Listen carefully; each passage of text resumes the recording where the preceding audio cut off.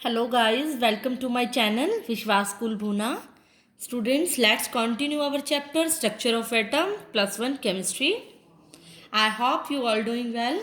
Students, today's topic is shapes of atomic orbitals. आज हम क्या पढ़ेंगे एटॉमिक ऑर्बिटल्स के बारे में। जो मैंने आपको बताया है कि क्वांटम नंबर्स के अंदर उनके ऑर्बिटल्स कौन से होते हैं, उनकी शेप्स के बारे में पढ़ेंगे कि एक्चुअल में उनकी शेप का कैसे पता लगाया जा सकता है। इसके अंदर दो पार्ट पढ़ेंगे हम। पहला पढ़ेंगे रेडियल वेव फंक्शन और दूसरा हम पढ़ेंगे प्रोबेबिलिटी का, जिसके अंदर प्रोबेबिलिटी डेंसिटी ग्राफ्स आएंगे। आज का जो टॉपिक है वो ग्राफिकल है, जिसमें हम ग्राफ्स के थ्रू स्टडी करेंगे। फिर उसके बाद अगले जो टॉपिक अगले दिन हम पढ़ेंगे बाउंड्री सरफेस डायग्राम, जिसके अंदर हम प्रॉपर शेप्स के बारे में पढ़ेंगे। आज हम जो शेप्स के बारे में पढ़ेंगे वो ग्राफिकल मेथड से पढ़ेंगे। एक तरह से ग्राफ इसके अंदर बनाए जाएंगे, उन ग्राफ्स को आपने समझना है। पहला जो पार्ट है रेडियल वेव फंक्शन का। रेडियल वेव फंक्शन क्यों ज़रूरत पड़ी कि ऑर्बिटल्स के जो शेप्स का पता चलता है वो इन्हीं ग्राफ्स की हेल्प से पता चलता है। जब हम वेव फंक्शन होता है साई और आर के बीच में साई वर्सेस आर, यानी डिस्टेंस फ्रॉम द न्यूक्लियस के बीच में किसी भी एटम के इलेक्ट्रॉन के डिस्टेंस को हम मेज़र करते हैं, तो उसके बीच में जो ग्राफ प्लॉट करते हैं उससे हमें शेप्स का पता चलता है। ये जो ग्राफ होते हैं अलग अलग ऑर्बिटल्स के होते हैं। अब ऑर्बिटल्स के बारे में मैं आपको बता चुकी हूँ कि कौन से होते हैं। क्वांटम नंबर्स में बताया 1s 2s 2p 3s, इस तरह के ये सारे क्या हैं, ऑर्बिटल्स होते हैं। तो अब हमने क्या पढ़ना है, रेडियल वेव फंक्शन के अंदर इनके ग्राफ्स के बीच में पढ़ना है। तो आपके पास क्वेश्चन कैसे आता है, कई बार डायरेक्ट ग्राफ पूछ रहा है कि 1s ऑर्बिटल के लिए साई और आर, साई वर्सेस आर का ग्राफ बताओ। तो आपने ये ग्राफ समझना है। ये क्या कहता है, देखो साई एक मैंने ले लिया वाई एक्सिस के ऊपर, आर डिस्टेंस ले लिया एक्स एक्सिस के ऊपर, इस पे ग्राफ बनाया तो इस तरह को ऑब्टेन हुआ। ये 1s ऑर्बिटल की मैं बात कर रही हूँ। यानी ये क्या होता है, डिक्रीजेज हो रहा है। डिक्रीज जैसे जैसे डिस्टेंस बढ़ रहा है तो ये जो साई वेव फंक्शन है वो क्या हो रहा है, डिक्रीज हो रहा है। तो इसका मतलब क्या हुआ, हमें यहाँ ऑब्टेन्ड हुआ। अगर मैं क्वांटम नंबर्स की बात करूँ, 1s का मतलब n की वैल्यू 1 और l की वैल्यू क्या होएगी, मैंने बताया था n-1। n 1 है तो 1-1 क्या होगा, 0। और ऐसा ऑब्टेन किया गया, अगर एक्सपेरिमेंटली ऐसा देखा गया, जब हम 2s ऑर्बिटल के लिए ग्राफ प्लॉट करते हैं साई वर्सेस आर का, तो हमें ग्राफ कैसा ऑब्टेन्ड होता है, इस तरह का। देखिए इस चीज़ को फोकस कीजिए। ये क्या हो रहा है, डिक्रीज तो हो रहा है, लेकिन with the increase in distance decrease हो रहा है, लेकिन ये नेगेटिव में हो रहा है। देखो यहाँ पर क्या है, इसमें नेगेटिव डायरेक्शन में चला जाता है और फिर ये इंक्रीज होता है और ऐसे करते करते अप्रोचेस टू जीरो कर देता है जब हम बहुत ज़्यादा डिस्टेंस को बढ़ा देते हैं। एक्सपेरिमेंटली ऐसा देखा गया, जब हमने 2p ऑर्बिटल का ग्राफ ऑब्टेन किया साई वर्सेस आर, तो हमें ग्राफ कुछ ऐसा मिला, firstly increases and then decreases. अब इसमें एक पॉइंट नोट करने वाला, इसमें तो आपको डायरेक्ट क्वेश्चन यही आएगा साई वर्सेस आर, इस ऑर्बिटल का ग्राफ बनाओ। बस इसका मतलब हमें पता है ऑर्बिटल्स की शेप्स को समझने के लिए है, आपने ग्राफ बनाना होता है डायरेक्ट। और इसमें ये एक बात पता चलती है कि इसके अंदर हम एक वर्ड पूछता है नोड। ये बड़ा इंपॉर्टेंट क्वेश्चन है, इसके अंदर नोड निकालना। इस पर स्टार मैं इसलिए लगा रही हूँ, इंपॉर्टेंट है। नोड कैसे निकाली जाती है ये इंपॉर्टेंट है। नोड का मतलब पहले समझो आप क्या होता है। ये जैसे पॉइंट है, जब मैं नेगेटिव की तरफ अप्रोच कर रही हूँ, जिस पॉइंट पे ये टच कर रहा है, एक बार टच कर रहा है इस पॉइंट पे, तो ये इसको बोलेंगे एक नोड है। ये क्या है, NODE, नोड है। अब जैसे मान लो मैं कौन से ऑर्बिटल की बात कर रही हूँ, इसका एक फॉर्मूला होता है निकालने का, कि अगर तो मैं बात कर रही हूँ NS ऑर्बिटल्स के अंदर, NS मतलब n की वैल्यू कुछ भी हो सकती है, यानी s ऑर्बिटल की मैं बात कर रही हूँ 1s 2s इस तरह से 3s, तो नोड निकालने का जो फॉर्मूला होता है वो हम जनरल वे से मैं बता देती हूँ, n-1 नोड्स होती हैं उसमें। मीन्स n का मतलब नंबर ऑफ ऑर्बिटल। अगर मैं मान लो 1s ऑर्बिटल की बात कर रही हूँ, 1s ऑर्बिटल में n की वैल्यू 1, 1-1 0 नोड्स, इसका मतलब कोई भी नोड नहीं है। इसका मतलब जो ग्राफ है एक बार भी इस एक्सिस के ऊपर टच नहीं कर रहा। अब देखो 2s ऑर्बिटल में मैंने क्या कहा, n की वैल्यू 2-1, इस फॉर्मूले में पुट करना है आपने। 2 - 1 1 नोड आ रही है, तो इसमें क्या है, एक बार टच कर रहा है तो ये क्या होगी, 1 नोड। अगर मान लो ऐसे होता दोबारा इस तरह से टच करता तो ये क्या हो जाती, 2 नोड्स। इस तरह से कई आगे आएंगे, मतलब मैं आपको रफली बता देती हूँ, अगर ग्राफ 2 नोड्स वाला होता तो वो ऐसे, मतलब कितने बार टच कर रहा है, देखो 1 2 3, ये डिपेंड करता है कितनी बार उसको टच कर रहा है, वो उतनी नोड्स होती हैं, इसको हम बोलते हैं नोड्स। कई बार क्वेश्चन सिर्फ ये नोड्स का ही पूछता है। अब देखो मैंने पी ऑर्बिटल के लिए किया, पी ऑर्बिटल मतलब एनपी ऑर्बिटल के लिए अगर मैं ग्राफ बनाऊंगी तो एनपी ऑर्बिटल के नोड निकालने का फॉर्मूला होता है n-2 नोड्स, ये फॉर्मूला है इसका। अब देखो 2p है, ये 2p ऑर्बिटल है, 2p ऑर्बिटल के लिए वैल्यू पुट करो, 2 - 2 0, यहाँ पर एक भी नोड नहीं है, कोई भी टच नहीं हो रहा, नेगेटिव में नहीं जा रहा, तो इसमें अगर ग्राफ पूछा जाए, नोड पूछी जाए, तो ग्राफ में सीधा एक्सप्लेन करना है इसमें कि ये firstly decreases, become negative and then increases. तो इस ग्राफ से हमने क्या ऑब्टेन किया कि जैसे जैसे आर बढ़ रहा है, इन्फिनिटी की तरफ जा रहा है, तो साई अप्रोचेस क्या होता है, ज़ीरो की तरफ जाता है। R approaches infinity, psi approaches zero. तो इस बात से हमें पता चला, मतलब आर अगर डिस्टेंस बहुत ज़्यादा हो जाएगा तो साई वेव फंक्शन क्या होगा, ज़ीरो हो जाएगा।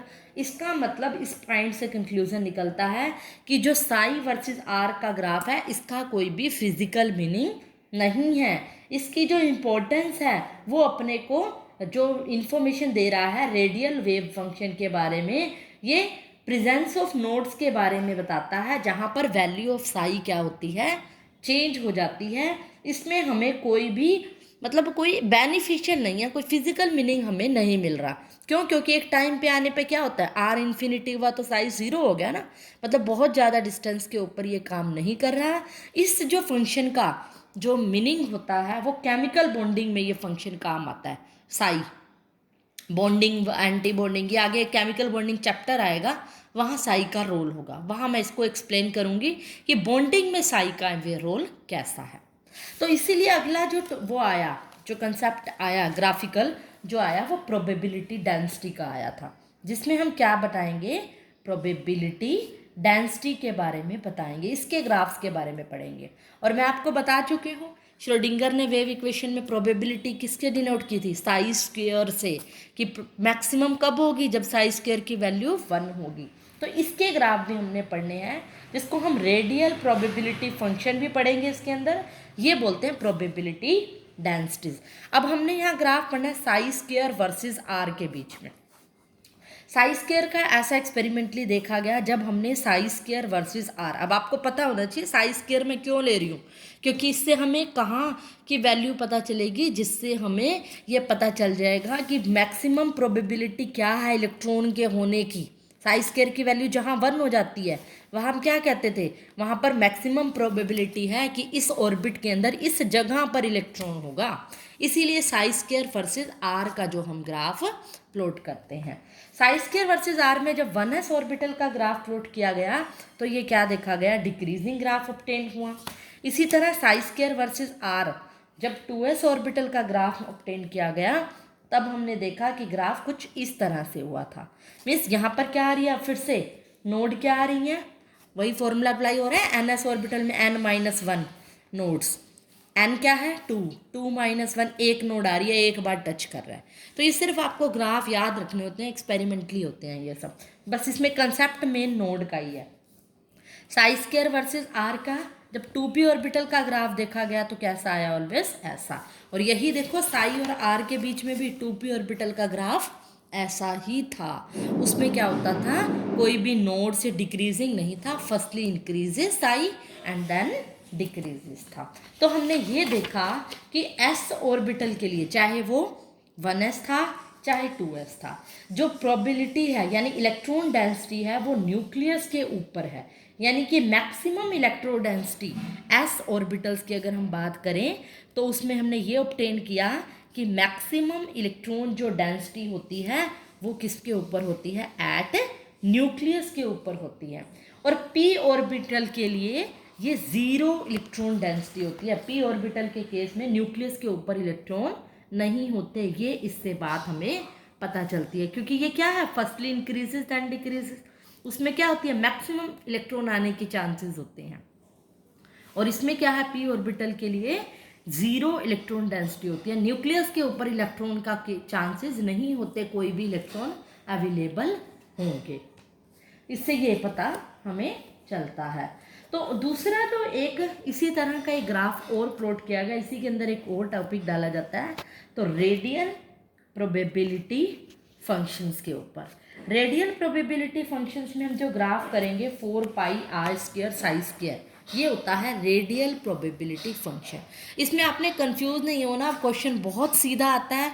साई वर्सेस आर का ग्राफ 1s ऑर्बिटल के लिए बनाओ, साई स्क्वायर वर्सेस आर का ग्राफ बनाओ, इस तरह से क्वेश्चन पूछता है और नोड पूछता है, तो ज़्यादा कंफ्यूज होने की जरूरत नहीं है। रेडियल प्रोबेबिलिटी फंक्शन क्या होता है, 4 पाई स्क्वायर साई स्क्वायर। अब इसकी यूज़ क्यों पड़ी, अब हमें पता है हमने क्या निकालनी है, किसी की प्रोबेबिलिटी। प्रोबेबिलिटी प्रोबेबिलिटी का मतलब मैंने कहा साई स्क्वायर से है। अब मैंने कहा किसी भी न्यूक्लियस के अंदर, स्ट्रक्चर ऑफ एटम के अंदर, कि इलेक्ट्रॉन के होने की संभावना कितनी जगह पे है। मान लिया मैंने एक पर्टिकुलर जगह पे निकालनी है, इतनी जगह पे इलेक्ट्रॉन की पॉसिबिलिटी होने कहाँ पे है, इतनी जगह मतलब इतना वॉल्यूम। मान लिया ये स्मॉल वॉल्यूम है, इसको मान लिया डीवी से डिनोट किया, तो मुझे यहाँ की प्रोबेबिलिटी निकालनी है, तो हम क्या करेंगे, इस साई स्क्वायर को डीवी से मल्टीप्लाई करेंगे। मतलब एक पर्टिकुलर स्मॉल वॉल्यूम, छोटी सी जगह पे इलेक्ट्रॉन को फाइंड करने की जो प्रोबेबिलिटी होगी वो क्या होगी, साई स्क्वायर डीवी। आ रही है समझ, कि इलेक्ट्रॉन को फाइंड करने की प्रोबेबिलिटी होगी साई स्क्वायर, और किसी छोटी जगह पे करनी है तो उसके वॉल्यूम से हम क्या कर देंगे, उसको मल्टीप्लाई कर देंगे। अब जो वॉल्यूम होता है, किसकी बात कर रहे हैं, शेप कैसी होती है इसकी, स्फेरिकल, तो यानी स्फीयर का हमें क्या लेना पड़ेगा, वॉल्यूम। अगर वॉल्यूम का आपको फॉर्मूला पता होगा, एरिया इंटू क्या होती है, लेंथ। क्या होता है, वॉल्यूम होता है। एरिया स्फीयर क्या क्या होता है, 4 पाई आर स्क्वायर। लेंथ मतलब एक तरह का डिस्टेंस, डिस्टेंस न्यूक्लियस से इसका डिस्टेंस अगर मान लो छोटा है तो छोटा ही वॉल्यूम है तो छोटा ही डिस्टेंस होगा, यानी डिस्टेंस भी आर की जगह क्या होगा, डी आर। तो बन गया 4 pi R square psi square D R, जिसके हम इसीलिए हम जो ग्राफ प्लॉट करते हैं, मतलब किसी छोटी जगह पे इलेक्ट्रॉन की पॉसिबिलिटी निकालने के लिए जो हम ग्राफ प्लॉट करते हैं वो करते हैं किसके अंदर, 4 pi square psi square D are, मतलब छोटी जगह पे, यानी उसका डिस्टेंस वर्सेस होता है हमेशा, तो वो साई, जैसे साई वर्सेस आर होता है ऐसे यहाँ पे आर वर्सेस क्या होगा, 4 पाई स्क्वायर साई स्क्वायर, क्योंकि ये छोटी जगह के वॉल्यूम के लिए। इसमें भी वही, बस आपको क्या करने हैं, इसके ग्राफ को स्टडी ही करना है। यही एक्सपेरिमेंटली होते हैं ग्राफ, तो वही 1s के लिए है आपके सिलेबस में, 2s और 2p ऑर्बिटल के लिए है। 1s के लिए देखा तो हमें कैसा ऑब्टेंड हुआ, ग्राफिकली ऐसा, और 2s के लिए जब हमने देखा तो ग्राफ कैसा ऑब्टेंड हुआ हमें, ऐसा। ये तो ग्राफिकली है, 4 पाई स्क्वायर साई स्क्वायर। और इसी तरह 2p ऑर्बिटल के लिए देखा गया तो ग्राफ ऑलवेज कैसा हुआ, जिसमें कोई नोड्स ही नहीं आए 2p के अंदर, तो वर्सेस r। तो अब यहाँ पे देखो नोड वाला कंसेप्ट लगाओ, s ऑर्बिटल के लिए n-1 नोड्स। अब 2s है, चाहे ग्राफ किसके वर्सेस किसका हो ये एक मैटर नहीं है, ऑर्बिटल के लिए हमेशा क्या होगा, s ऑर्बिटल के लिए नोड्स का फॉर्मूला n-1 नोड्स होगा। 2s ऑर्बिटल है 2-1 यानी 1 नोड, एक बार टच कर रहा है ये इस एक्सिस को, तो ये क्या होगी, 1 नोड इसके अंदर होगी। तो ये रेडियल प्रोबेबिलिटी डिस्ट्रीब्यूशन फंक्शन भी बोलते हैं इसको, जैसे मैंने अभी बताया यहाँ पे रेडियल प्रोबेबिलिटी फंक्शन, इसी को हम बोलते हैं रेडियल प्रोबेबिलिटी डिस्ट्रीब्यूशन फंक्शन। मतलब जिसके अंदर जो ग्राफ होगा probability as a function of distance होगा। ये प्रोबेबिलिटी होगी किसी जगह पे, छोटी सी जगह पे इलेक्ट्रॉन निकालने की, और ये क्या हो गया, डिस्टेंस हो गया, इसीलिए इसको बोलते हैं radial probability distribution function. Probability distribution तो आई गया समझ, ये होता है radial probability distribution function. Radial क्यों, क्योंकि डिस्टेंस आर है, रेडियस है, इसलिए इसको बोलते हैं। तो ये है, इसमें सिर्फ आपको क्या करने हैं, ग्राफ्स किसके किसके बीच में है, नोड से निकालने का फॉर्मूला आना चाहिए, बस यही इसमें क्वेश्चन बनता है। बहुत ज़्यादा इंपॉर्टेंट नहीं है, सिर्फ ज़्यादातर क्वेश्चन इस पर नोड्स के ऊपर आता है, बस ग्राफ तो एक्सपेरिमेंटली होते हैं, वो आपको स्टडी करने हैं। So that's all for today.